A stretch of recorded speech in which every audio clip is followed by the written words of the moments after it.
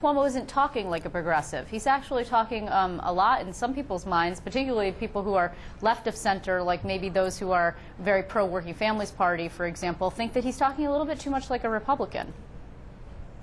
Well, I happen to think that's good. One of the reasons I didn't run for lieutenant governor, and I think if I had, in my opinion, there would have been a very good arranged marriage.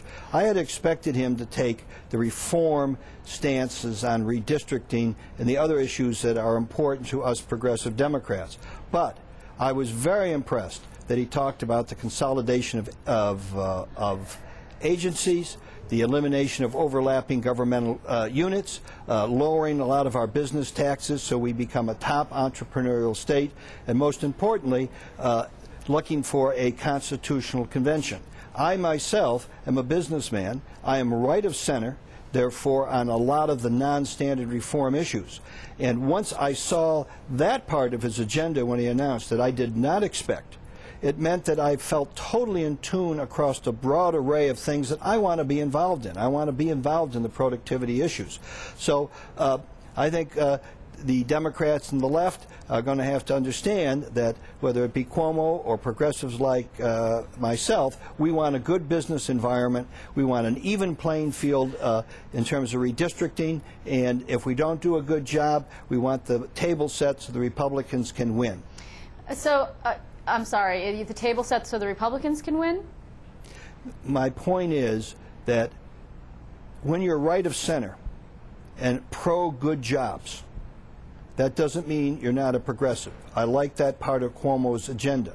When people like myself say the Democrats cannot redistrict the state Senate in our favor and be neutral, that's because if we don't do a good job as Democrats, it's healthy if the Republicans can come back and win. We have to have confidence in the voters and play it right down the middle. And I'm very impressed with Cuomo's agenda, more than I had anticipated. So how much are you going to spend? I mean, you spoke at the outset about $250,000. How much are you actually, do you believe you're going to be spending specifically on Espada and then on the entire initiative that you're mounting here? One, enough to win. However, that may not be $250, it may be less. If we can narrow the field so that there is a consensus that Espada must be beaten, and it is a two-person race, Espada loses. He will top out at 30 or 33% of the vote. If it's a 4 or 5-person race, this is a very dangerous race, and not only New Roosevelt, but other groups are going to have to get involved, or else we will return Espada, and the embarrassment of New York will continue. So we'll judge that as time passes. I am hoping we can spend a lot less, because in looking at some of the other candidates, and I have to tell you, the upstate women that were down here last week are culture changers. They are outstanding.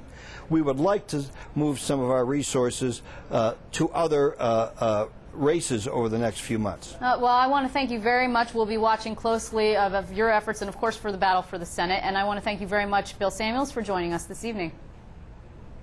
Thank you.